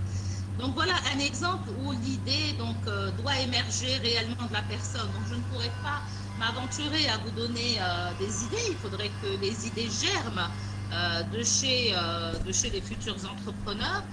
Par contre, comment savoir si une idée va marcher ou pas? Donc il faut bien entendu travailler l'idée et le premier travail qu'on fait sur l'idée, c'est d'aller mettre en place un business model. Et généralement, au niveau académique, on confond un peu entre le business model et le business plan, qui sont des choses qui sont complètement différentes. Le business plan intervient en dernier recours, c'est réellement une matrice où on met en place quels sont nos besoins, nos investissements, etc., etc. Par contre, le business plan, c'est celui qui va faire réellement les 2/3 du travail. C'est là où vous testez votre idée, vous mettez en place, vous allez faire la recherche de vos concurrents, comme l'a dit Siami tout à l'heure, on va voir les concurrents, s'il y en a, qu'est-ce qu'ils ont déjà fait, quelles sont leurs erreurs, quels sont leurs points forts. On va aller voir nos futurs clients éventuels. Donc, quels sont leurs besoins? Quel est leur pouvoir d'achat? Combien est-ce qu'ils sont prêts à acheter ce produit ou ce service? Est-ce qu'il va se vendre une fois dans l'année? Ou bien est-ce qu'on pourra le commercialiser plusieurs fois par jour? Donc, bon, c'est toute une matrice. On pourrait refaire ça une autre fois, donc un séminaire sur le business model. Mais réellement, aujourd'hui, le passage de l'idée au business model, et c'est dans cette phase où je parlais tout à l'heure de l'effectuation, c'est-à-dire les petits pas. Et c'est dans cette phase où on va tester jusqu'à aboutir à un business model. C'est-à-dire qu'on ne va pas poser un tableau qu'on va remplir, on va se dire j'ai terminé. Non, non, du tout. C'est réellement de la pratique, c'est du quotidien, c'est du vécu de l'entrepreneur où il va démarrer avec un début d'idée, il va proposer ça, il va voir ce que ça donne, quelles sont les réactions des clients comme un produit ou un service test, puis qui va améliorer progressivement jusqu'à aboutir réellement au produit ou au service qui va effectivement se vendre. Et c'est après ça qu'il pourra mettre en place un business plan avec est-ce qu'il a besoin d'investissement, est-ce qu'il a besoin de financement. Mais ça vient après, bien entendu. Ça ne vient plus en amont, ça vient vraiment en aval. Et je laisserai si Amine nous parler un petit peu peut-être de ses expériences pratiques. Merci Madame Zakia. C'est Amine. Mes expérience les donner mes conseils pour les donner à des étudiants. Je ne sais pas si c'est parce que je vais être direct dans ce qui marche et ce qui ne marche pas, mais vous avez tout à fait raison, madame. Ce qu'il faut, c'est faire un business plan, un business model en bonne et due forme, maîtriser la connaissance de ses clients, de sa cœur de cible, de ses clients cibles, de ses opportunités, ses menaces, ses forces, ses faiblesses. Donc ça, c'est très important. Ça peut marcher sur le papier, mais ça ne peut pas marcher sur la réalité. Les chiffres, on a beau mettre des chiffres sur le tableau des prévisions, etc. Mais si il n'y a pas vraiment cette énergie pour faire réussir votre projet, tout ça ne sert absolument à rien. Donc il faut se battre. Et si vous avez une idée, si vous voyez que ça marche, il faut se battre et se réveiller chaque jour. Et puis, comme je vous ai dit, si ça aboutit pas à ce moment-là, il faut essayer autre chose et ne pas surtout pas se décourager ou se dire non, moi ça n'a pas marché pour moi, je vais plus réussir, je préfère le salariat. Donc, si vous êtes là aujourd'hui dans cette conférence, si vous êtes en ligne depuis le début, je vois que beaucoup de personnes nous suivent avec beaucoup d'intérêt. Donc, si vous êtes là, c'est que vous êtes vraiment intéressé par l'entrepreneuriat, il faut y aller dès que possible. Dès que vous sentez que vous avez les capacités intellectuelles pour ça, et dès que vous voyez que vous avez un carnet d'adresses qui peut vous aider à réussir votre projet, il faut foncer. Et ne pas avoir peur de tomber. On tombe tous la première fois. Moi, je viens d'avoir un enfant et puis, il y a 2 ans et qui aujourd'hui fait ses premiers pas. Il tombe et puis il se relève jusqu'à ce qu'il marche. Donc, n'ayez aucune crainte de tomber. C'est comme ça qu'on réussit. C'est comme ça qu'on réussit. C'est comme ça qu'on réussit si on se bat, si on se réveille chaque jour en se disant « Wake up, you need to make money ». Je vous le répète. Il faut sortir du salariat. Il faut être maître de soi, il faut diriger sa propre boîte, l'emmener dans la direction qu'on souhaite, et puis si on se bloque, on suit l'autre direction jusqu'à ce que ça marche, et puis si ça marche pas, tant pis, on essaiera encore jusqu'à ce que ça marche. Tous ceux qui ont réussi, ils ont fait ça, et tous ceux qui sont connectés aujourd'hui sur ce live, je vous invite à faire de même et il n'y aura aucun risque, aucune façon pour que vous n'y arrivez pas, Inch'Allah. Oui, je voudrais juste compléter l'intervention de C. Amin, comme il a parlé au début de si vous avez un carnet d'adresses. Alors peut-être que les étudiants aujourd'hui, certains en ont, peut-être, d'autres non, d'accord. Et c'est là où je reviens un petit peu à l'importance du processus d'accompagnement et du processus d'incubation, où justement le rôle donc de ces incubateurs, le rôle de ces structures d'accompagnement, c'est justement de présenter des mentors, de présenter un réseau, de mettre en relation donc tous ces futurs entrepreneurs avec des personnes donc qui pourront justement soit faire des contrats avec eux ou autres. Hein. Donc là, j'ai donné tout à l'heure l'exemple de la plateforme Mohoub. C'est un des objectifs, c'est justement la mise en relation pour pouvoir éventuellement faire avec des idées originales, avec des solutions, pouvoir justement avoir des contrats. Maintenant, il y a du travail derrière, il faut se battre. Hein. Donc, quand on est en école d'ingénierie, qu'on souhaite proposer une solution, donc il faut impérativement beaucoup de travail. Hein. Ça ne vient pas tout seul. Exactement, merci. Vous avez balayé plusieurs points importants qui ont même en fait transcendé le contexte, si on peut dire, ou bien le cadre de simplement une crise. Et d'ailleurs, ce que je souhaite aussi ajouter, c'est qu'il y a des idées, si on peut dire, parce que le benchmarking, c'est très très intéressant. Dans la plupart des cas, on n'est pas là pour réinventer la roue. On est là pour dupliquer aussi des solutions qui ont marché ailleurs, comme l'a cité Timédie, c'est très important. Voilà, et en fait, essayer de les dupliquer au contexte marocain. Essayer de les dupliquer aux consommateurs marocains. Et ça marche dans plusieurs cas et plusieurs fois. Si on ne peut pas dupliquer toutes les idées, mais on voit ceux qui sont adaptés. Parce que on voit ceux qui sont adaptés et on essaye, comme je l'ai dit, on essaie d'améliorer aussi. ceux qui sont à l'étranger, on adapte l'idée, on adapte le produit, on adapte le process, le business model pour que ça puisse réussir au Maroc. Voilà, exactement. Et donc, juste une information pour les personnes qui ont posé des questions sur l'idéation et le processus d'idéation. J'ai juste ici noté, en fait, c'est le plus grand organisme international qui s'intéresse concrètement à l'idéation. Il s'appelle IDEO. IDEO. Donc, vous allez trouver tout en fait, mais la plupart des idées qui ont marché partout dans le monde avec en fait des études détaillées, pourquoi ils ont marché, pourquoi ils n'ont pas marché, pourquoi c'est les forces, les faiblesses, les menaces, les opportunités. Et donc c'est vraiment un organisme même en fait dans la phase de comment passer de l'idée au projet. Et donc c'est là où intervient plusieurs en fait organismes comme je vais citer juste par exemple Mexas ou bien Haïti aussi qui s'intéressent à comment passer de la problématique à l'idée grâce au désintérêt, grâce à l'intelligence collective. Par exemple, je suis là, j'ai seulement une problématique dans la tête et donc je vais inviter CMI, je vais inviter Madame Zetlia, je vais inviter un élève, par exemple, j'ai devant moi Zetlia, je vais inviter Rim, je vais inviter un industriel, je vais inviter un financier, un investisseur et donc je vais avoir autour de la table, en fait, autour de l'atelier d'intelligence collective, des personnes de différents backgrounds. Et ce sont des personnes qui vont donner des avis et des points de vue assez différents pour pouvoir consolider mon idée et me permettre, est-ce que je vais to go or not to go? Est-ce que vraiment je dois foncer dans l'idée? Parce que le temps, et voilà, il est très, très, très important, le temps. Voilà, merci. Et donc, il y a d'autres questions, je vais essayer de... Je voudrais, dans ce commentaire, rapidement, par rapport à ce processus d'idéation, je voulais conseiller à vos étudiants, justement, de postuler pour le statut étudiant-entrepreneur, donc du groupe Saline de l'université. Donc, ils y ont droit, ils peuvent postuler en ligne et la promotion va démarrer donc en décembre.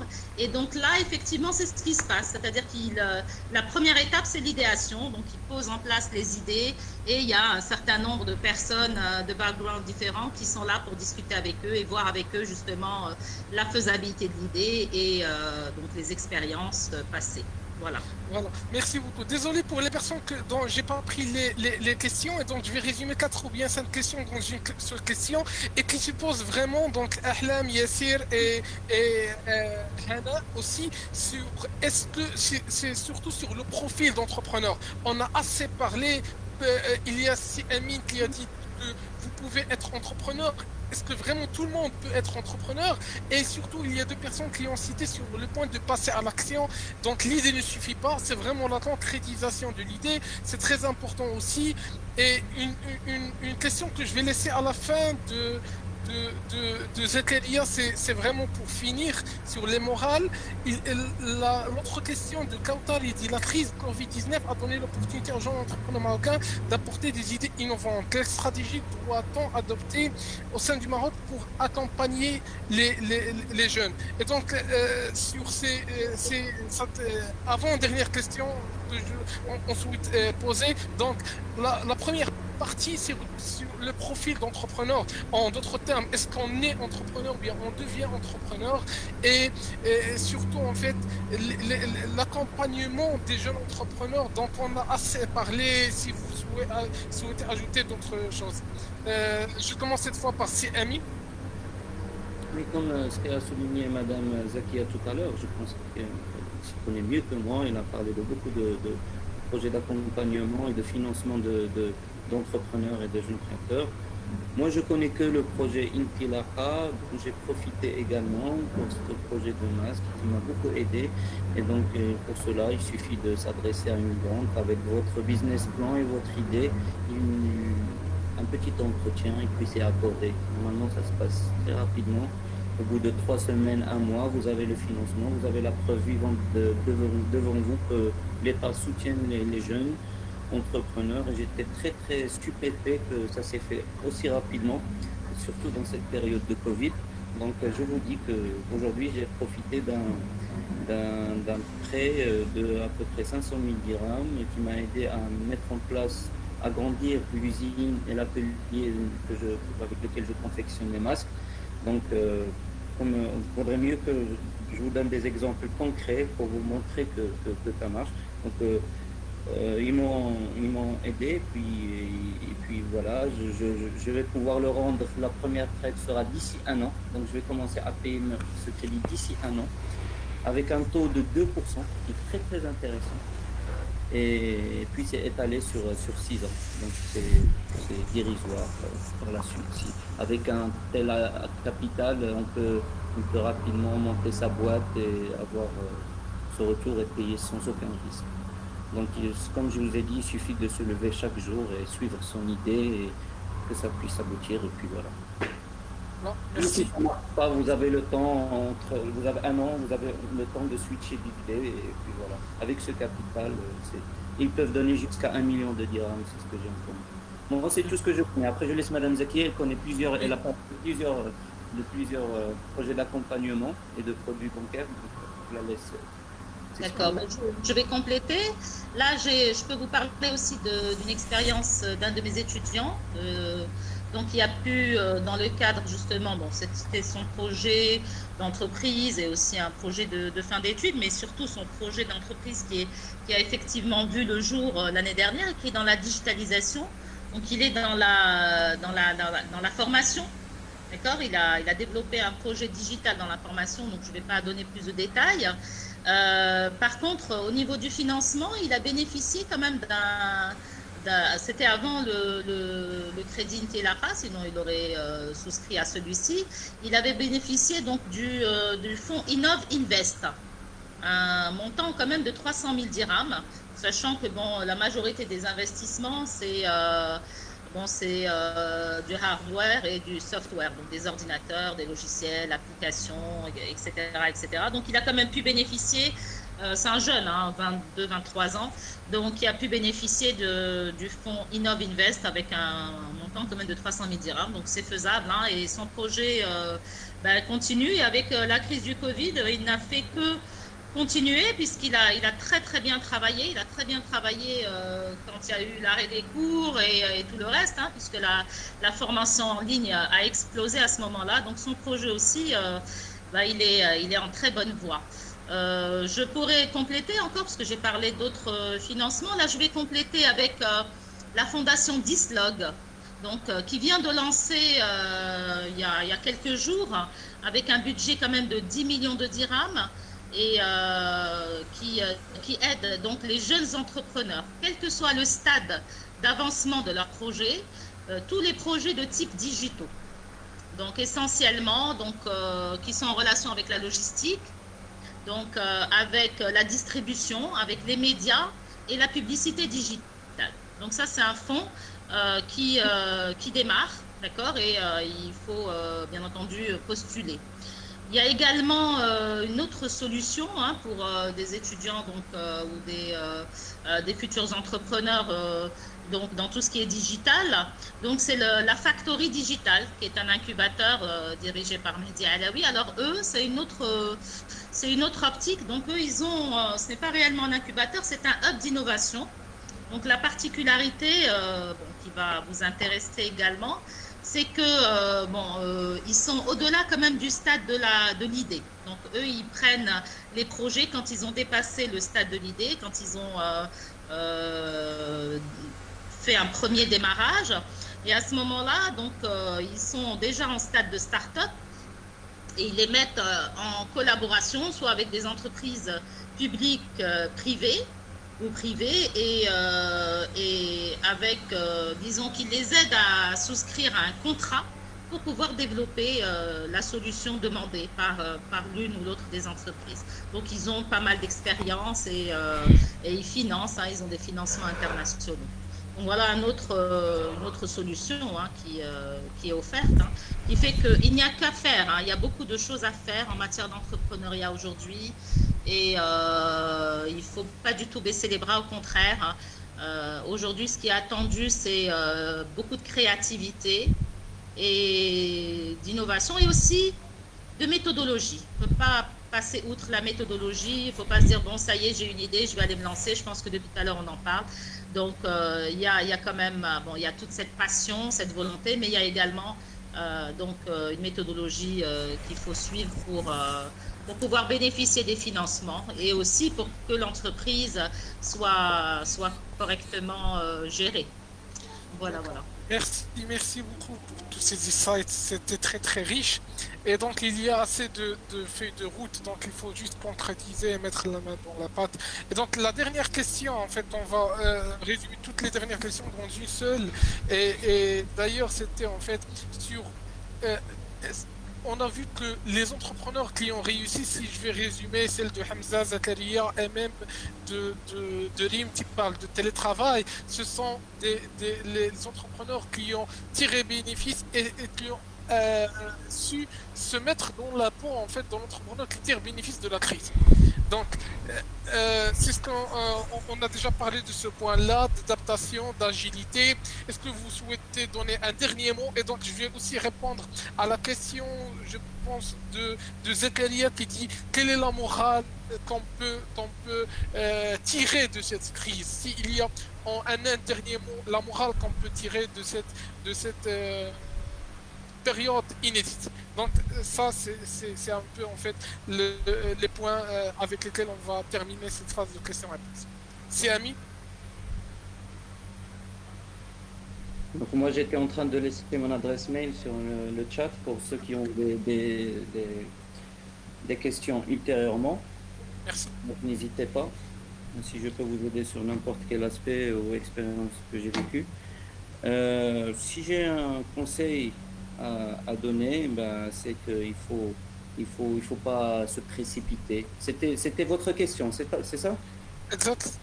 Voilà, c'est qu'il ne faut pas se précipiter, c'est qu'il faut réunir les idées, réunir l'information d'abord, la partager avec votre entourage proche et essayer de récolter leurs pressentiments, leur motivation. Est-ce qui vous motive ou est-ce que vous voyez que ça ne marchera pas? Moi, personnellement, même si parfois ma femme et mes parents me disaient que ça va pas marcher, je fonçais dedans parce qu'il fallait que je sois sûr moi-même que ça ne va pas marcher. Parfois ça aboutit, parfois non. Donc, soyez sûr de votre idée, collectez le maximum d'informations, privilégiez le numérique, privilégiez la digitalisation maintenant, parce que c'est ce qui va marcher dorénavant. Essayez d'être toujours à la recherche du nouveau, essayez de benchmarker toujours ce qui se passe de mieux dans votre domaine d'activité, dans votre idée. Essayez de chercher sur Internet, sur Google, pas plus loin que Google, cherchez, tapez, vous allez trouver soit la même idée dans d'autres pays, ou bien que vous êtes seul à avoir cette idée-là, et se poser les questions, se donner les moyens pour que ça puisse réussir, s'armer de beaucoup de patience, s'armer de beaucoup de savoir-faire en termes de marketing aussi, parce que vous connaissez bien la cycle de vie d'un produit ou d'un service, et qu'elle est parabolique, et que c'est grâce au marketing et à la qualité qu'elle perdure dans le temps. Donc, essayez d'être toujours à la recherche de nouveau, de formation, de conseils, de vos proches, de vos professeurs. N'hésitez pas s'il y a une opportunité qui s'offre à vous. Demandez conseils jour et nuit. Jetez-vous, je ne vais pas dire dans l'inconnu, mais quand vous serez armé d'une idée, d'un concept et d'un business model qui tient la route, rien ne pourra vous arrêter si vous réveillez chaque matin pour gagner de l'argent et Inch'Allah faire grandir votre entreprise, votre nom et votre notoriété. Exactement. Merci, c'est très très fort. La fierté des parents, la fierté des parents من يحسوا بولادهم هذيك حتى هي علاش نتقاتلوا باش وليداتهم يفرحوا بينا باش الا كانوا عندنا شي وليدات on leur montre l'exemple. Exactement. Merci beaucoup, Ami, c'est très fort. On sent que ça sort du cœur. Merci beaucoup. C'est vraiment très pertinent. Et donc, il y a Madame aussi Zetliet qui a mis son adresse email dans le chat s'il y a des personnes qui ont des questions ultérieurement. Ami, je pense que votre email n'a pas passé en fait dans le chat. Donc, si vous souhaitez aussi le partager. Donc, Madame Zetliet, à vous la parole. Oui, bon, je pense que si donc Amine a dit déjà pas mal de choses, moi je résumerai en une phrase. Donc, croyez en vous, faites-vous confiance et foncez.